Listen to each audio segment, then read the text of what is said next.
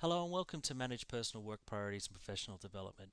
This tutorial is going to be looking at goal setting, how to set goals, short-term, long-term goals, and looking at setting goals using the SMART method. So, Robert Schuller said that goals are not only absolutely necessary to motivate us, they're absolutely essential to really keep us alive. Now, what Schuller meant by that was without having any goals set for ourselves, we actually couldn't achieve anything. There'd be no reason to get out of bed in the morning. In fact, we may not even have a bed because we would have had no goal to acquire the furniture or the house or anything like that. So we may still just be at home or in the wild. So without goals, there's absolutely no reason for us to do anything at all. No reason to go to work, no reason to catch the train or the bus or any of those things. That's really what Schuller was getting at with that statement. So let's have a look at why we should set goals. Well, goals can give us a target to aim for. They can help us concentrate time and effort. They can provide motivation, persistence, and desire, and they can help you establish priorities. Most of all, though, goals provide you a roadmap of where you are now to where you want to be. I guess you can all think of a time that you've been traveling to a different city or you've flown into an airport somewhere, and if you didn't know where you were going after you get off the plane, it can sometimes be difficult to know if you're actually heading in the right direction. And goals really operate in the same way. Without knowing your destination, it's very difficult to know what journey it is that you could take. Now, I guess if we were to use the example of Melbourne, I think everyone will have heard of St Kilda before, which is a beachside suburb if you've not heard of it before. So let's say you were flying into Melbourne and you wanted to get to St Kilda. You had no plan set before you got here. You could go and jump on the sky bus and kind of muddle your way through. I've got every confidence that, given enough time, you could find your way to St Kilda. However, the process could be so much easier if you had a look at a map and you said, okay, I've got to get the sky bus from the airport to Southern Cross Station. From Southern Cross, I've got to get a tram into the city. Then I've got to get another tram down to St Kilda Beach.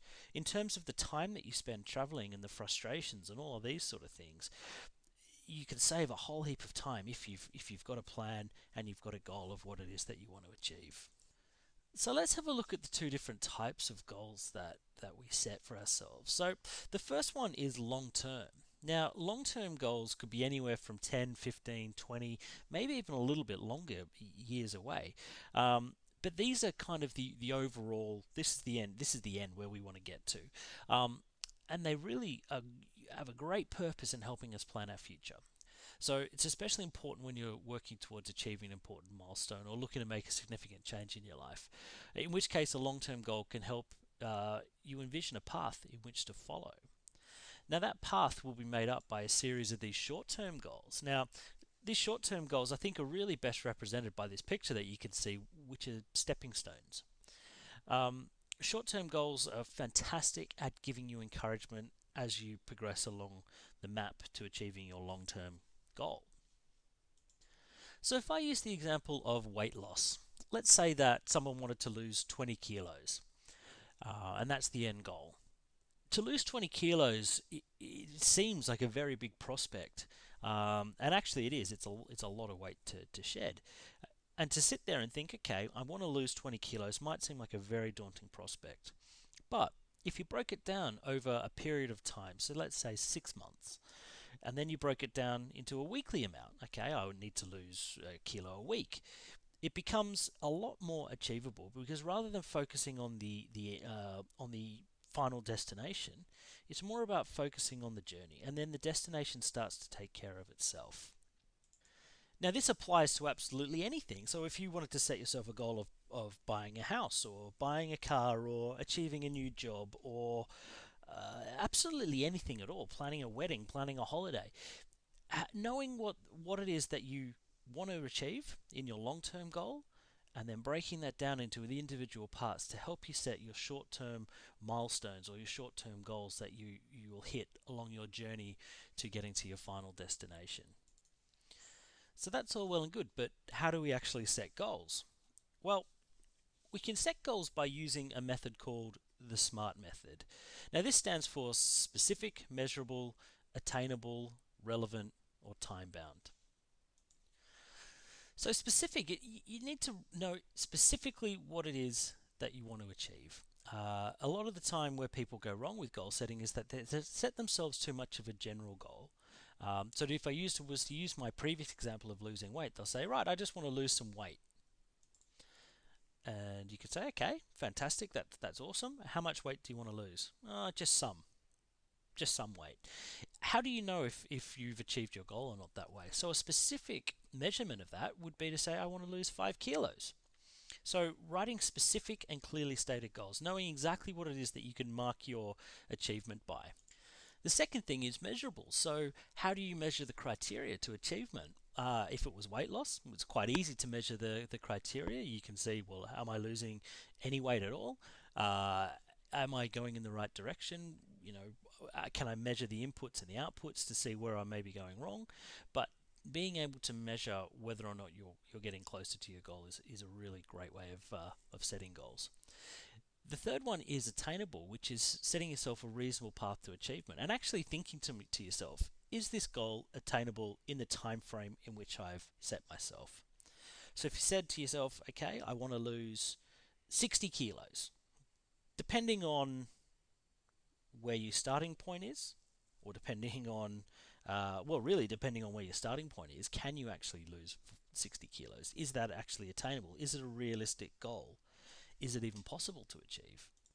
Which really does lead on to the next one, which is relevant. So is it a goal that you actually really want to achieve yourself? Is it something that you've got investment into, or is it a goal that's been set for you? And then the very final one is time bound. Giving yourself a time limit to achieve these things is really important. Without having a time limit, it's very hard to work out those short-term goals. It's very hard to work out those little milestones that you want to hit along the path. So definitely having a time limit is a very vital part of goal setting. So let's have a look at how you would apply this to maybe some career development. So in order to take the next steps in any career or reaching any career goals, you need to know, well, what are the steps that I need to take to get there? So first thing is to think to yourself, okay, well, what's my 2 and 5 year career goals? So it could be staying in the same role and maybe consolidating your skills. It could be that you want to be in a new role. It could be any number of things. It's really going to depend on your individual situation. But what you can do is, using a template kind of similar to this one that you can see on the screen, you can think, okay, the job role is that I want to achieve is this. My title would be this. The description of the job that I want to do. What are 2 of the soft skills that I need for this role? So do I need good time management? Do I need team? Do I need more management experience? Do I need more conflict resolution? Whatever it could be. But what are 2 of the soft skills that I need for this role? Then looking at 2 of the technical skills I need for this role. So do I need perhaps a qualification? Do I need some technical training? And then this can really help you identify those short-term goals that will get you closer to these career goals. Now, as part of this, I think a lot of the time people, and everyone's guilty of this to a certain degree, when they're trying to do something that they've never done before, it can sometimes be difficult to know, well, am I on the right track? And I guess the thing to remember is that you're not the first person to try and achieve what it is that you're looking to achieve. The job that you're trying to get into, or the position you're trying to get into, has been held by other people in the past. So could we use our network? Do we know someone who's been working in that role to give us the genuine insights about the soft skills and the technical skills that we need? And I think if you were to all write down a 3 to 5 step path to your own position, if you were to explain this to someone else, well, if you want to be a trainer and assessor, you need to complete a certificate 4 in training and education. You need to have relevant industry experience. You need to have a minimum amount of time. It becomes a much clearer idea for whoever's explaining it, whoever's getting it explained to, of how to achieve these career goals. So guys, I hope this has given you a little bit of an insight into goal setting. Of course, if you've got any further questions, feel free to use the forums, or you can contact your trainer through the agreed methods. Until next time, best of luck with your assessments.